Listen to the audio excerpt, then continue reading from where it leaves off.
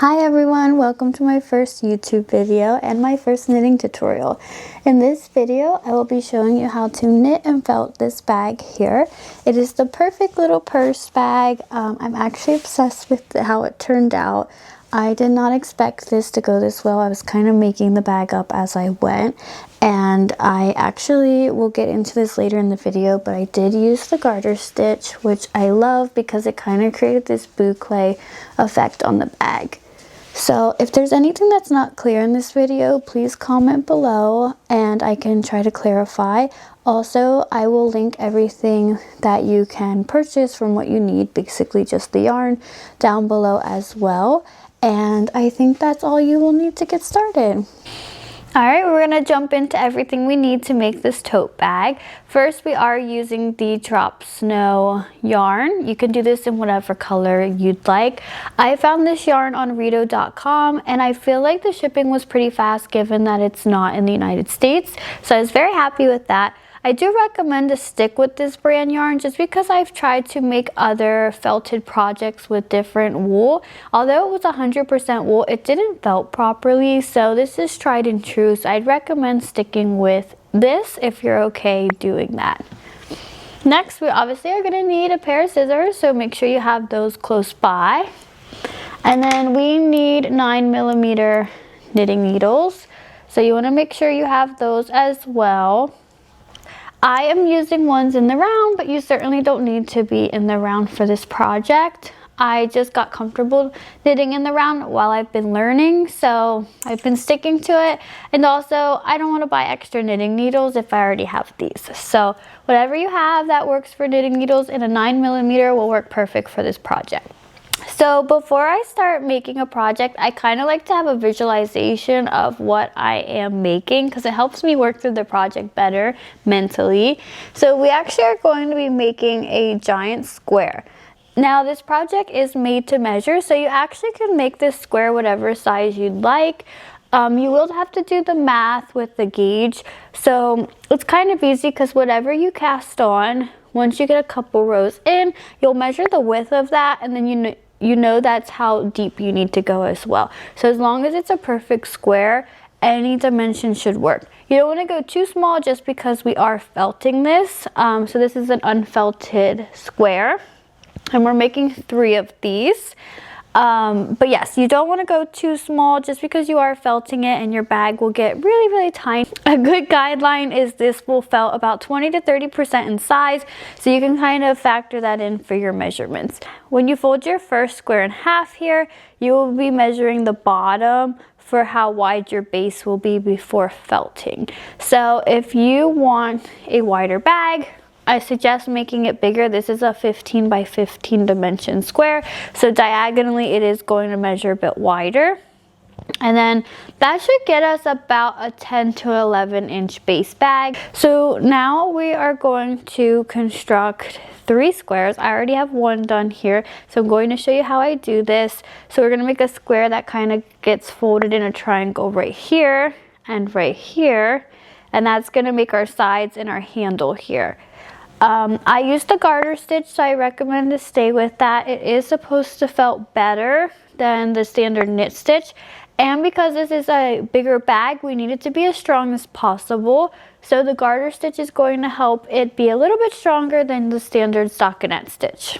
Okay, let's get to the tutorial. I want to add that I used 8 balls of Drop Snow yarn for this whole tote bag, so that yields about 2.6 balls of yarn per square. I used about 2.5 balls of yarn per square. So if you do plan to go a little bit wider or bigger than I did, you definitely will need to compensate with more yarn. So if you want to order 9, just in case, some people knit a little bit tighter than others, some knit a little bit looser, so it is kind of nice to have that extra. Okay, to start we are going to do a slip knot. And if you're making the same size tote bag as me, we're going to start casting on 46 stitches using the long tail method. So I will do that and then I will come back to you.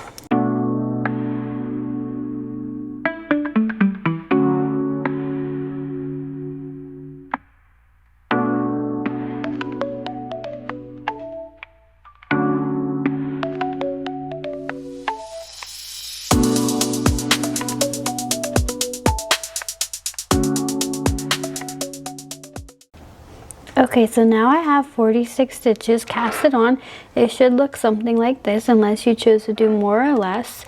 And then we are actually going to do the garter stitch. So what that means is we are knitting this way, knitting back, knitting this way, knitting back. There's no purl stitching in this project, so it actually makes it super fast to work up, which I love. So let's get started knitting. Just remember, we are going to be doing the same depth as we have width here. So if you use the same yarn as me and the same cast on stitches as me, then this should measure about 15 inches once you start knitting.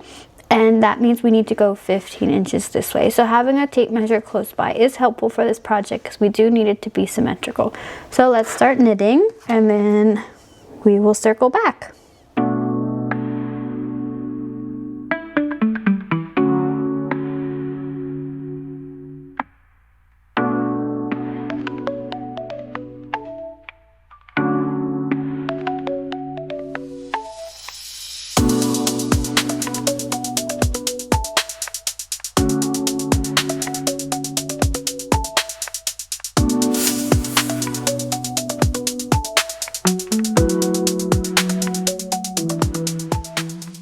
So now we have finished one row of knitting, and the beauty about felting later is if you have some little imperfections, you most likely won't notice it once you felt the project. So I feel like felting's great for people who are beginner knitters. So I just wanted to say that just in case you're feeling like you have some bumps along the way. Okay, just remember we are going to continuously knit back and forth. So you're going to basically be doing the same thing until you reach your 15 inches once again, or if you chose to go to a bigger or smaller square. So I'm just gonna go ahead and keep knitting and then we will circle back. I'll come back about halfway through and then we'll finish off the square and cast off together. If you want to pause the video here and then pick up when you're ready to start the next square, or you can pause the video here and pick up after you did 3 squares. Okay, this is kind of where I'm at. So I'm about halfway done the square and I just ran out of yarn, so I just wanted to show ways that you can tie yarn together to make it show less from the outside. So there are people who will kind of like pull apart these fibers on each side and then they'll actually twist it together. I did that earlier on in this square. I just am not very good at it, so I do have to like knit very delicately through this part just so I don't pull it apart as I'm knitting. But I'm going to show you the other way that I learned to tie yarns together as well, and that's basically making like a 4 and pulling this through here. Now this way is going to be a little bit of a bulkier knot, but once again we're felting this, so you shouldn't be able to see it too much. So you're going to do 1 knot there. You can move this a little bit, and then we want to do the same thing on this side. So I kind of make like a 4 and then I wrap this through, and I'll show you why this is effective. Okay, so then you have 2 knots here and then you can pull it, and basically it can't come apart because when it pulls, it's pulling on itself. And then I do trim these threads a little bit, not too much, because we don't want the knot to come out, but with felting it should help kind of secure and bind the fibers. So that's one way you can knot throughout this process since it's a bulkier yarn. There might be better ways out there. That's just kind of what I always do. And I'm going to continue to finish this square, and then I'm going to knit my 3rd square. You're going to have to make sure you knit 3 of these as well. You can pause it here and then come back once we have to sew all these together. Okay, once you get to the end of your square, we need to cast off, and I'm going to use this crochet hook. I really struggle with casting off. I feel like it's not a natural hand motion for me, so I feel like this helps me cast off a little bit quicker. You just pull through and then you pull through. So it's super easy. The crochet hook kind of provides, basically a hook so you can pull it through without angling your knitting needle weird.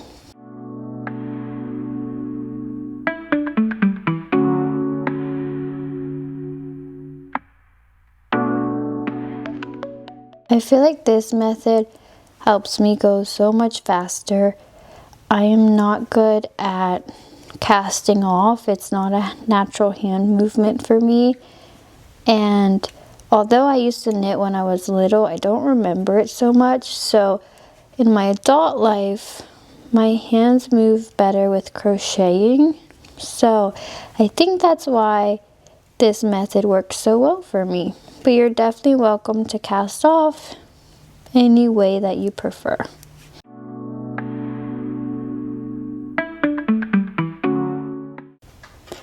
Okay, when we get through the last stitch, we're going to do that. And then we are going to pull this through. And then I pull through one more time because we're going to now knot that off.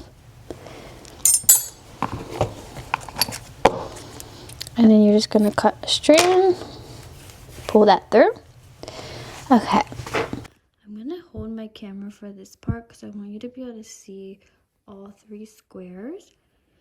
So you should have 3 identical squares like this. And then this one. And I'm going to lay them out and then point out where we're going to seam the bag next. And then we'll go up close again to seam the bag. I just want to make sure you have a good idea of how it's getting put together. So you're going to fold all your triangles in half. So as you can see here, they're all folded in half. And you're going to piece them together all like this. So basically we're going to be seaming here and here on the front, and then you flip it over and you'll seam those 2 on the back. You can do one cohesive seam. It's just the way I'm showing you is front and back. And then these 2 up here are going to get connected to be a handle.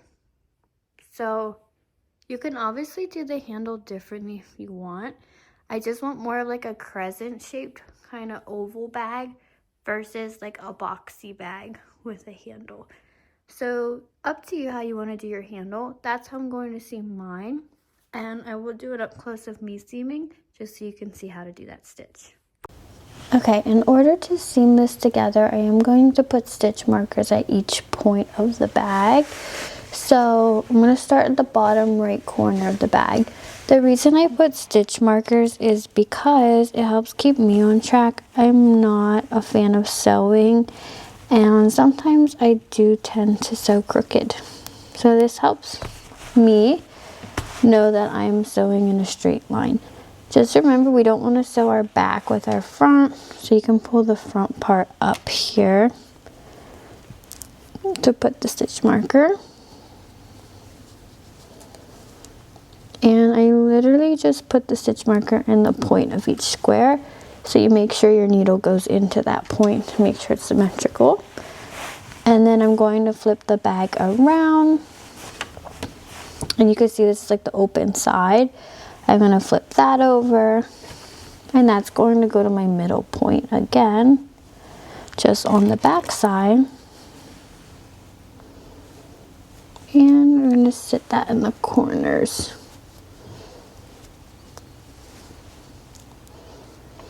Okay.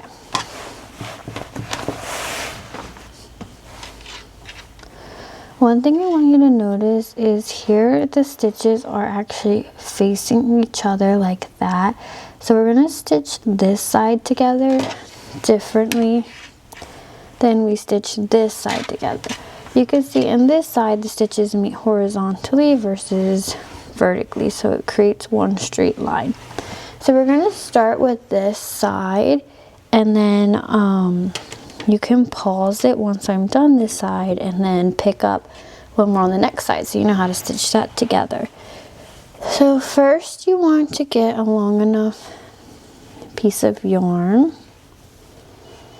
That way you can make it around your whole front and your back seam. Now, drop snow is twisted together, so when you're constantly pulling this through here with your tapestry needle, it can pull apart, so you just want to kind of lightly twist it as you're going throughout your project. If it pulls apart, you can either twist on a new piece or you can knot a new piece. That way you can continue. I actually don't want to start in this point because I want my stitches to wrap around that point to the back side. So I want to start in the middle part of the bag, which will be right here. So I'm actually going to take the stitch marker out now because I'm starting here. And I'm going to go ahead and put my stitch in that part. And then I'm going to pull it through that full stitch there. Something weird I like to do is I'll take my end of the thread on my tapestry needle and I'll tie it with my end that is hanging from when I knit the square. We are going to go back through and weave our ends in, but my mental brain tells me that's going to secure it better if I do that before I weave it in. Okay, so we're on the side where everything is connecting horizontally. So when we connect each side, we want these to mesh together because we're actually sewing, as you can see here, a clean line, and this will be the outside of your bag. On this side I already sewed, and it's hard to tell on camera, but this created like a pushed out seam, and we want this side to be the outside because it's cleaner looking, and that has to do with how we stitch it together.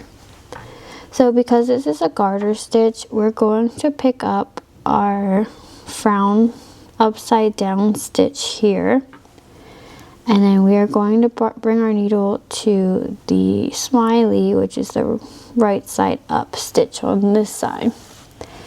And what that's going to do is kind of push together these two stitches and mesh the sides together, creating a seamless seam.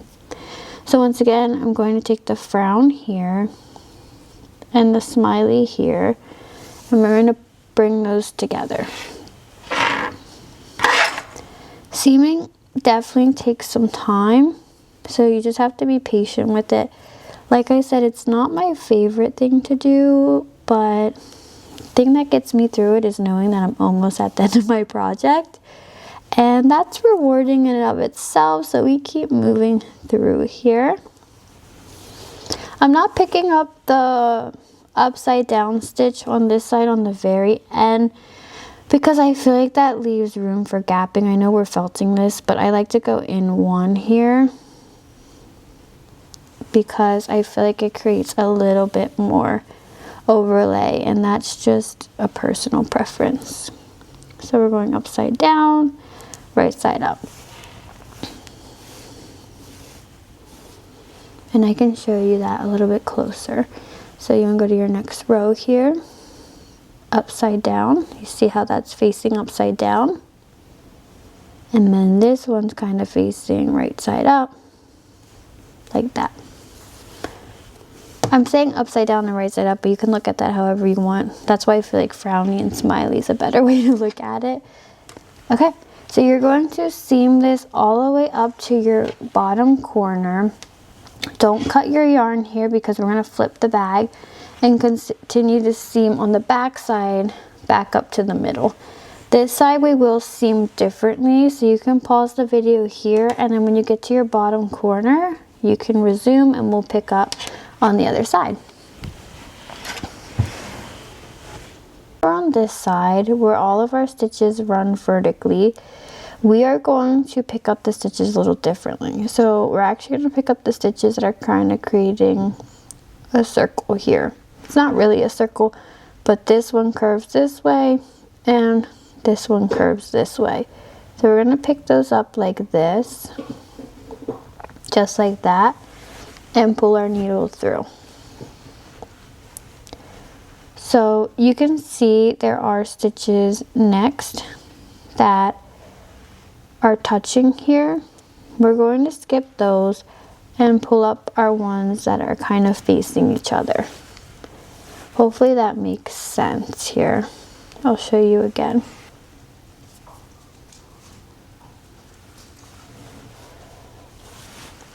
Sometimes I even have to pause and look at it to make sure I'm putting in the right stitch. So the ones that are facing each other kind of hide in there.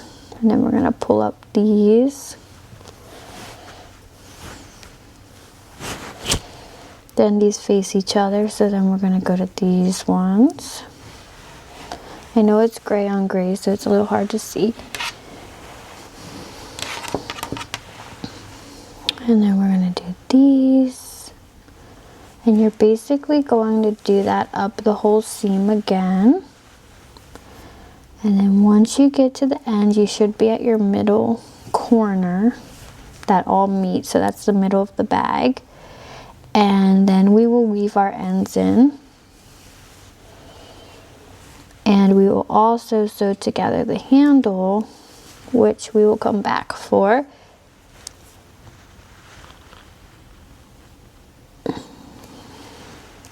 So you can pause the video here, and then you can weave in all your ends once you get both seams sewn, and then we'll join back together when we do the handle.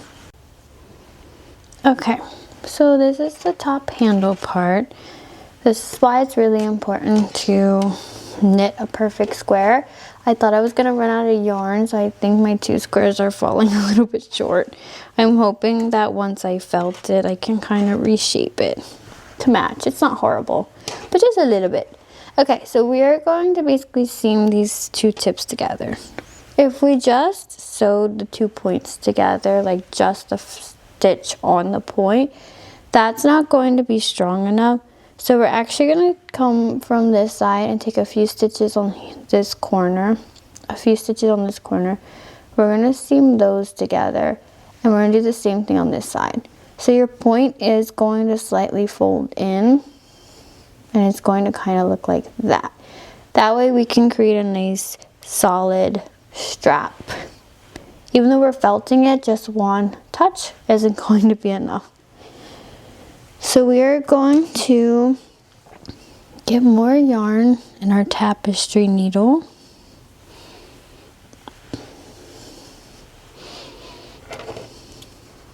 You don't need as much yarn for this, just because it's going to be less to stitch. Okay, so our 2 points meet here, and we are going to pick up probably about 4 stitches on this corner side.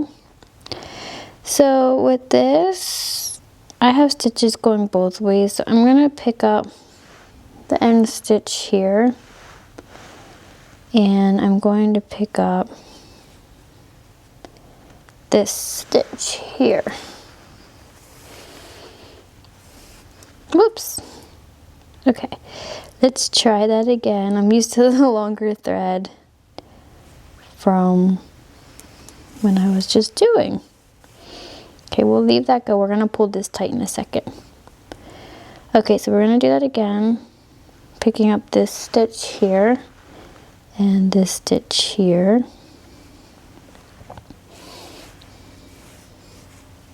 So you can see like the corner is gonna kind of fold in on itself. And we're gonna do that again. So I did that about 3 times. You can do it 4 if you'd like. Then we're at our corner, so I just kind of find the corner and I pop it in this corner.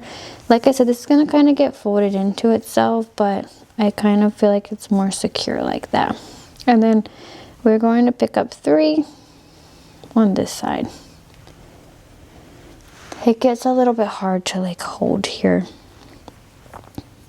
So we're gonna do now this stitch, and now we have these stitches, so we're gonna go with the down facing one. So this one facing this way, and the down facing one. And one more time.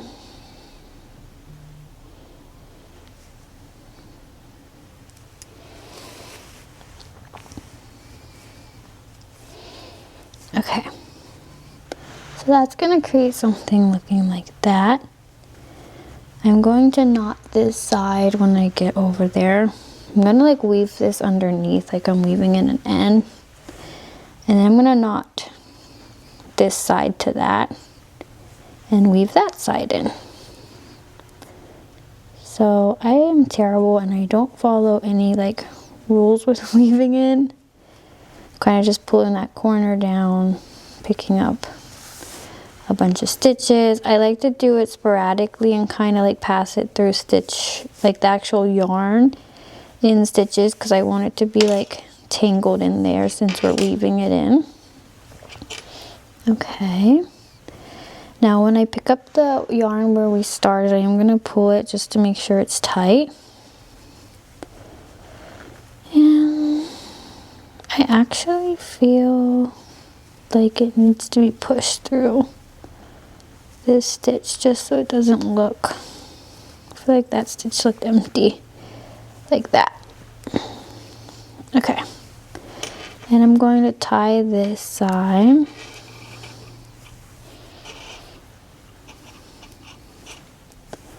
Okay, I'm going to weave this slightly back through since I just tied it, and then we'll cut it. It gets really thick here, so you can kind of just weave that through. We're going to cut that. And then we're going to weave our end that we started with in.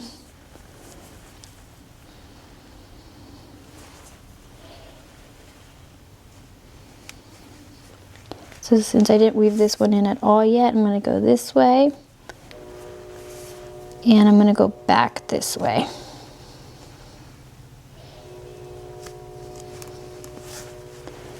And we're going to cut that. Okay. Now this will like smooth out and we'll kind of shape it too when we do the shaping and the felting process, but it's relatively flat there. I'm going to zoom out so you can see what the bag looks like. This is what you'll have before felting. So you can see the front, the back are symmetrical. You should have an opening. And then this is your handle. It's going to be really stretchy and flimsy before we felt it. Okay, so my audio actually cut out here, but basically I'm saying that I do have a front load washer. So I do throw a towel in there. You can also throw in a pair of jeans. Felting needs agitation and heat, so because front loads don't have an agitator, that's why you want to do that. If yours has an agitator, then you might need some less time as well on this. I do start with 30 minutes, and that actually ends up being enough for me. I find that drop snow yarn does felt so nicely, so I feel like it doesn't require extra time or another wash cycle. Okay, I also lost a clip of me pulling the bag out of the washing machine, but you do want to lay it flat once it's done to dry, and you want to shape it as well. So the next day when it's still a little damp, I'll actually push the outer corners in the center of the bag. I'll insert a picture of what I'm talking about here, and that then creates this shape. You're welcome to keep the corners out, but I feel like this shape gives a higher end look and a more minimal look. Also secures your things. So this is the finished product, and I hope you guys enjoy. Thank you for watching.